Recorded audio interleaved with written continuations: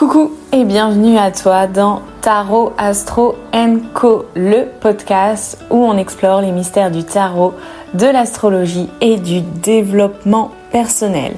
Je suis Aurore, ton hôte sur ce podcast. Chaque épisode est comme une aventure mystique où nous découvrons ensemble les mystères de l'invisible pour notre croissance personnelle. Que tu sois novice, curieux ou passionné, ici on explore, on échange et on apprend ensemble.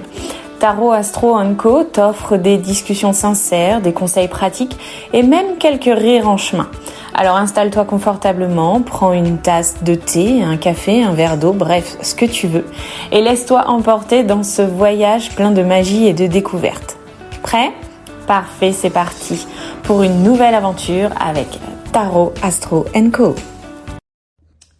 Coucou et bienvenue dans ce nouvel épisode. On va aller voir un petit peu les énergies pour ce mois de septembre. Alors, ce que je vous propose, c'est d'utiliser le Cosmic Cycle Tarot pour aller voir les énergies générales, aller voir ce qui se trame un petit peu, ce qui va nous être proposé sur ce mois. Et puis, on va compléter avec l'horoscope Béline pour avoir plus d'informations.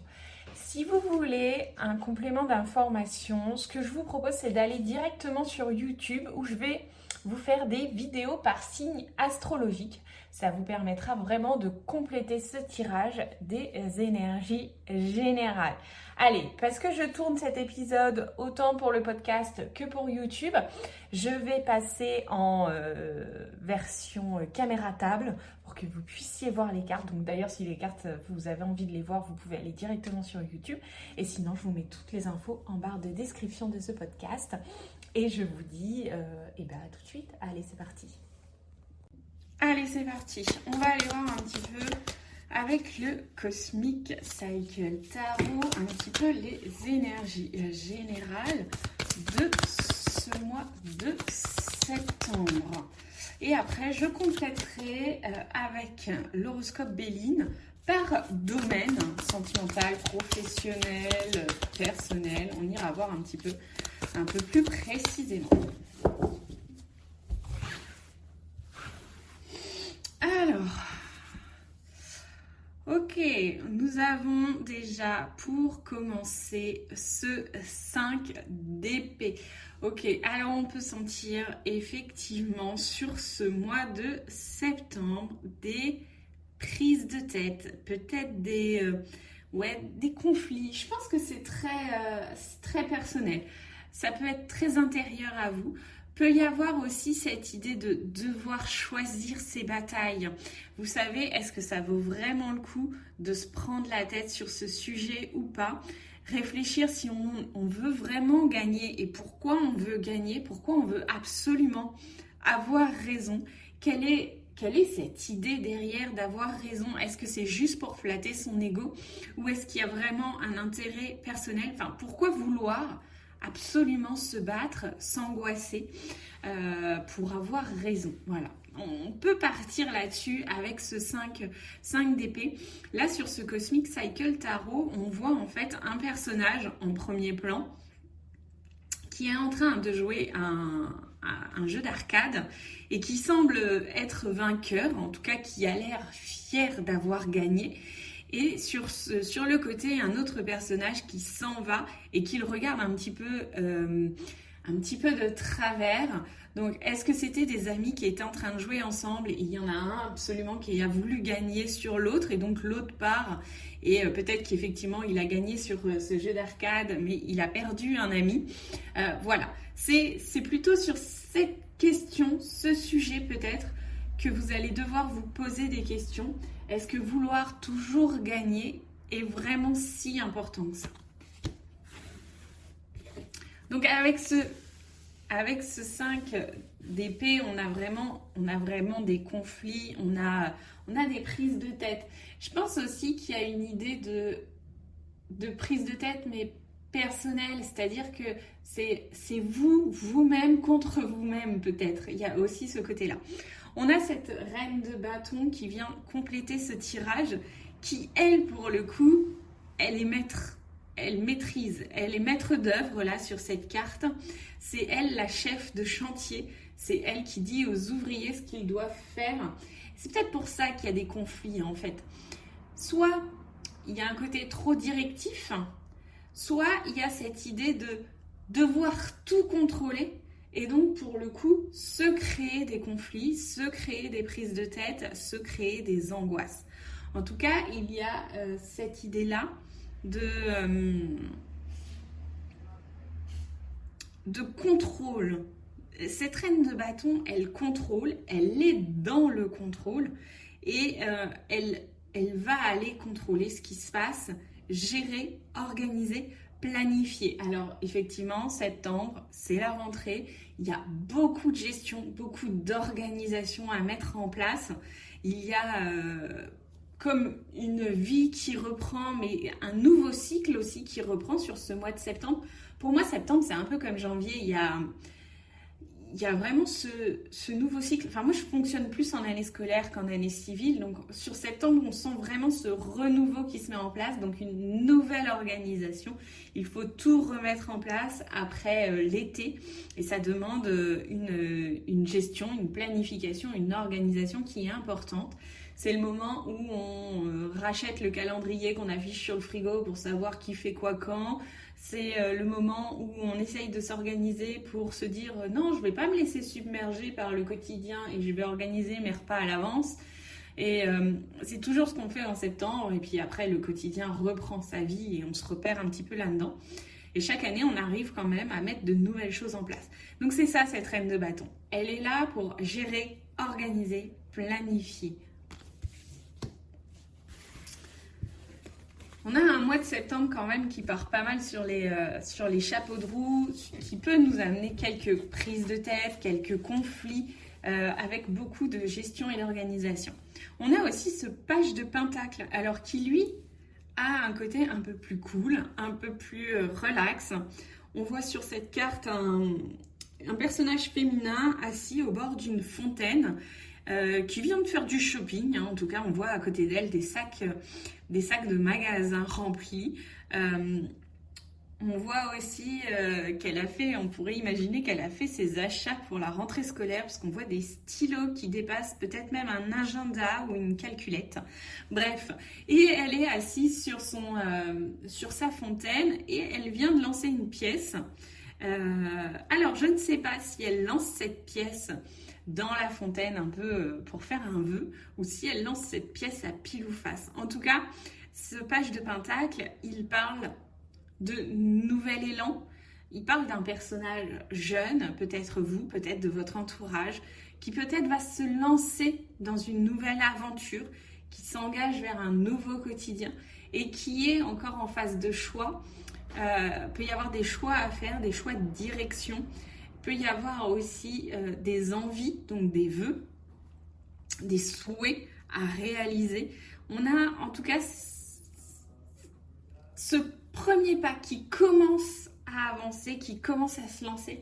C'est un peu ce jeune qui va se décider à acheter un appartement mais qui n'est pas encore tout à fait parti, ou alors qui a encore un pied dans l'appartement de ses parents parce qu'il revient régulièrement pour remplir son frigo, pour faire ses lessives, etc. On a en fait sur ce page de pentacle, elle a un pied au sol et un pied levé, et on a cette notion d'entre-deux, de premier pas, de je me lance mais je suis pas tout à fait lancée. On a quelque chose qui va se faire quand même lentement et progressivement. À la suite de cette reine de bâton, on peut avoir cette idée de je dois tout organiser, tout planifier, tout machin, mais en même temps, c'est pas évident de tout changer, de tout chambouler, de tout réorganiser. Il y a vraiment un nouvel élan qui doit s'opérer et ça demande un petit peu de temps.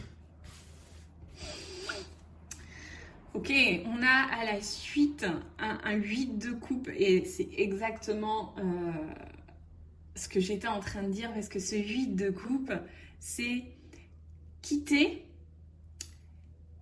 quelque chose qui nous retient émotionnellement parlant.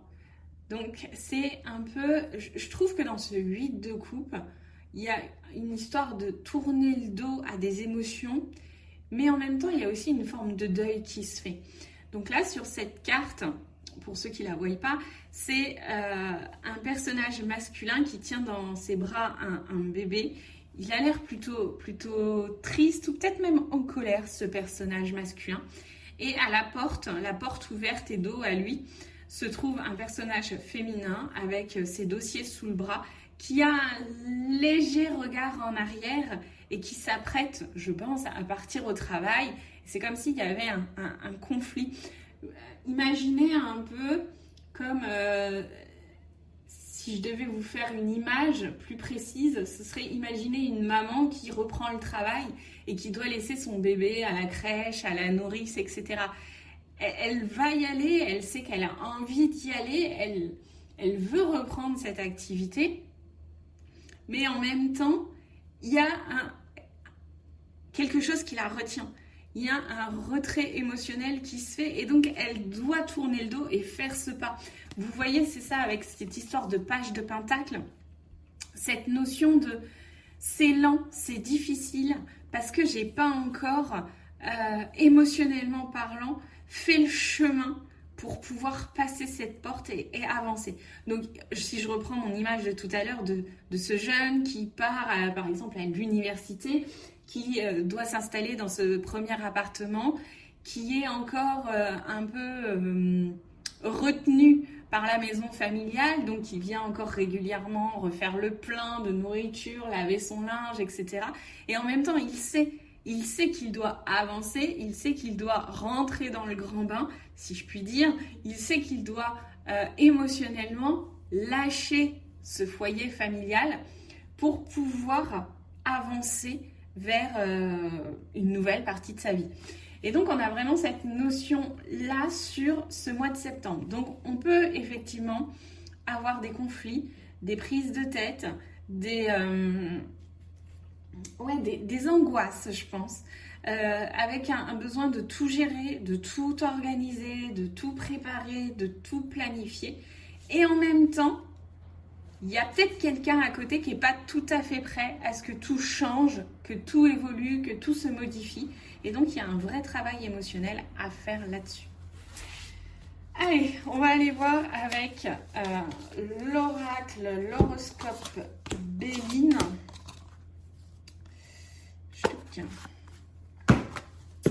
On va aller voir pour le pro, déjà dans un premier temps. Hop.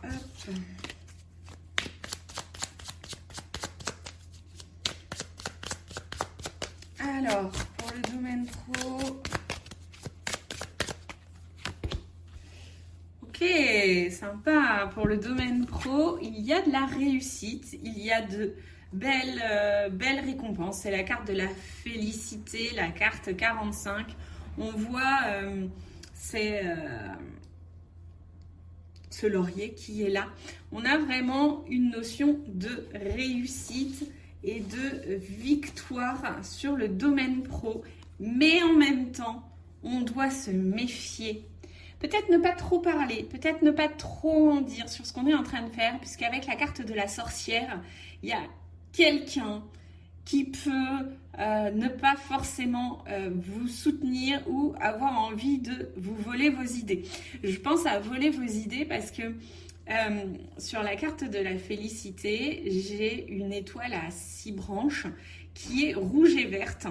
Et sur la sorcière, donc la sorcière qui est assise sur un balai qui semble s'échapper, c'est comme si elle avait volé quelque chose. Et dans sa main, on voit à l'arrière une pomme, allez, on va supposer que c'est une pomme, qui elle aussi rouge et verte. Comme si elle vous avait volé des idées, qu'elle avait... Vous savez, c'est comme si vous dites quelque chose et puis qu'il y a quelqu'un derrière qui va voir votre patron et qui va lui dire exactement la même chose en disant que cette idée vient de lui. Ah, voilà, c'est un petit peu ça. Donc, peut y avoir de belles réussites, de beaux projets, pas mal d'avancements et en même temps une certaine méfiance à avoir à qui vous parlez de ce que vous faites pour pas se faire voler ses idées. Un peu de jalousie, vous voyez. Allez, dans le domaine amoureux. Ouh, sympa. J'ai la carte de la lumière et la carte des passion. Alors, je ne sais pas où vous en êtes dans le domaine amoureux, parce que je ne peux pas, ça reste un tirage général, donc évidemment, je manque de précision, mais j'ai cette lumière, donc c'est un cierge qui brûle, avec ce qu'on pourrait imaginer un soleil et des yeux. C'est comme si vous voyez enfin un petit peu cette notion de lumière au bout du tunnel. C'est comme s'il y avait enfin les choses qui s'éclaircissaient devant vous. C'est comme si vous étiez dans une nouvelle dynamique. Et avec, j'ai cette carte des passions qui est d'un rouge franc et massif, qui me parle vraiment de passion amoureuse, de passion dévorante, de peut-être aussi de sexualité débordante. En tout cas, on a quelque chose de l'ordre de la passion sur ce mois de septembre. Alors, si vous êtes célibataire, effectivement, on peut imaginer une rencontre. Je ne sais pas si cette rencontre va durer. En tout cas, elle peut être très passionnelle au début. À vous de l'entretenir pour qu'elle dure. Si vous êtes en couple et que vous rencontrez des difficultés ou que vous êtes dans une phase peut-être un petit peu basse, en manque d'énergie, etc., je me dis que les choses vont enfin s'éclaircir et que vous allez vraiment pouvoir avancer, en profiter et qu'il y a un renouveau qui va se créer. Bien sûr, attention, ça ne se crée pas tout seul. Tout ce que je vous dis ne se fait pas tout seul en attendant, assis dans son canapé, que les choses avancent. Non, il y a certainement des actions que vous allez mettre en place. Peut-être liées à cette mise de l'ego de côté pour pouvoir réorganiser, créer une nouvelle dynamique dans le couple et ainsi pouvoir avancer. Vous prenez le tirage général que je vous ai donné tout à l'heure avec le tarot et vous l'adaptez à votre situation, bien sûr. En tout cas, il y a vraiment quelque chose qui s'éclaire, qui avance, qui évolue. Et dans les perspectives sur ce mois de septembre, à la fin de ce mois de septembre, voilà, j'ai la carte de l'apaisement et la carte de l'union. Vous pouvez avoir effectivement un début septembre un peu tumultueux, un peu décourageant, un peu angoissant. On l'a vu avec ce 5 d'épée, quelques prises de tête. Ça va être à vous de faire preuve de calme, de discernement, peut-être aussi de mettre un petit peu votre ego de côté, d'essayer d'être plus à l'écoute, plus attentif de ce que l'autre dit et ne vous dit pas, de ce que les autres vous disent ou ne vous disent pas. Vous savez, cette idée d'apprendre à lire entre les lignes et donc d'écouter, pas forcément pour répondre, mais d'écouter pour écouter.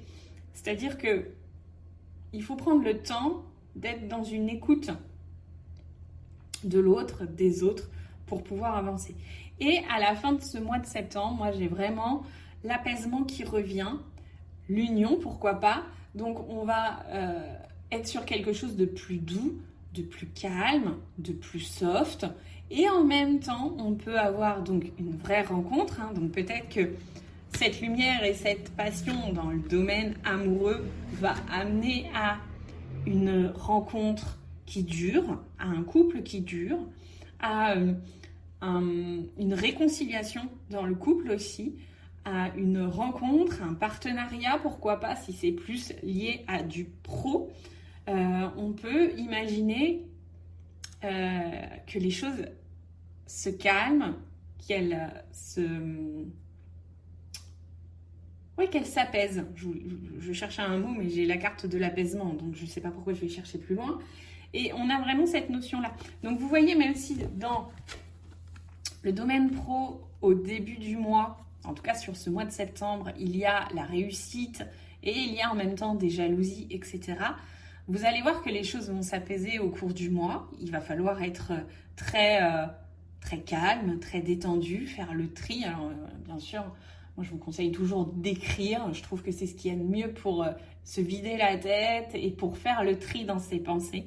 L'écriture, mettre les choses sur le papier fait vraiment cet effet de les sortir de sa tête et de les voir, de prendre de la hauteur sur chaque situation.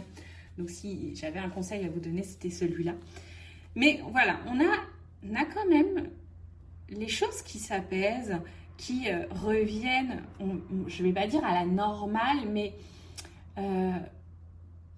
plus posé, plus calme, plus doux. Voilà pour les énergies générales de ce mois de septembre. Si vous souhaitez en savoir plus, allez directement sur ma chaîne YouTube. Je vous fais des vidéos par signe astrologique pour que vous puissiez avoir un complément d'information. Bien sûr, ça reste du général. Et je vous remercie d'être de plus en plus nombreux à me suivre sur ce podcast. N'oubliez pas de liker, partager, commenter pour faire connaître ce podcast. Je vous remercie et je vous dis bye.